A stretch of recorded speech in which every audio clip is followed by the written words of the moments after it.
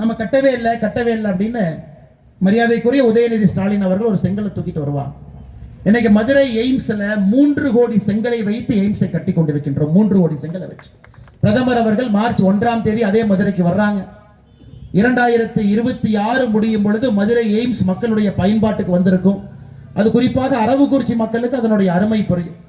இந்தியாவில் எத்தனையோ எய்ம்ஸ் இருந்தாலும் கூட புதுடெல்லியில் இருக்கக்கூடிய எய்ம்ஸ் அளவுக்கு இன்னொரு பெரிய எய்ம்ஸ் இந்தியாவில் இருக்குன்னா அது மதுரையில் வரக்கூடிய எய்ம்ஸ். அந்த அளவுக்கு அதே ஃபெசிலிட்டி, அந்த அளவுக்கு குறிப்பாக நம்முடைய இந்த பகுதி தமிழ்நாடு, கேரளா, கர்நாடகா, ஆந்திரா இந்த எல்லா மாநிலத்துக்கும் கூட ஒரு டெரிஷரி சென்டர், மிக முக்கியமாக அதிநவீன மருத்துவ வசதியோடு இந்த எய்ம்ஸ் வருது.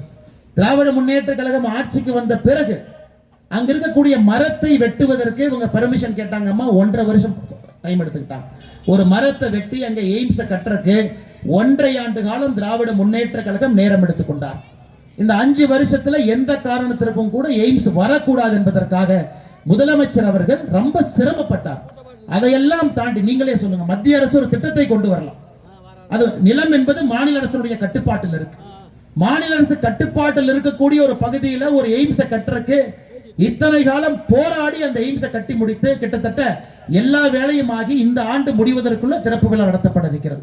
ஆனா முதலமைச்சர் அவர்கள் வரும்பொழுதெல்லாம் மத்திய அரசு எய்ம்ஸ் கட்டல. சரி, நாங்க தான் கட்டல, நீங்க ஒரு எய்ம்ஸ் மாதிரி ஒண்ணு கட்டலாமே, நீங்க கட்டலாமே.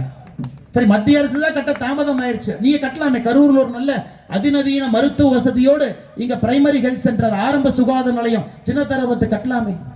எத்தனை ஆரம்ப சுகாதார நிலையம் தரமாக இருக்கிறது. நீங்களும் செய்ய மாட்டீங்க, செய்யணும்னு நினைக்கிறவங்களையும் விட மாட்டீங்க. அதிலையும் அரசியல் செய்ய வேண்டும் என்று முதலமைச்சர் அவர்கள் கங்கணம் கட்டி கொண்டிருக்கிறார். பாருங்க.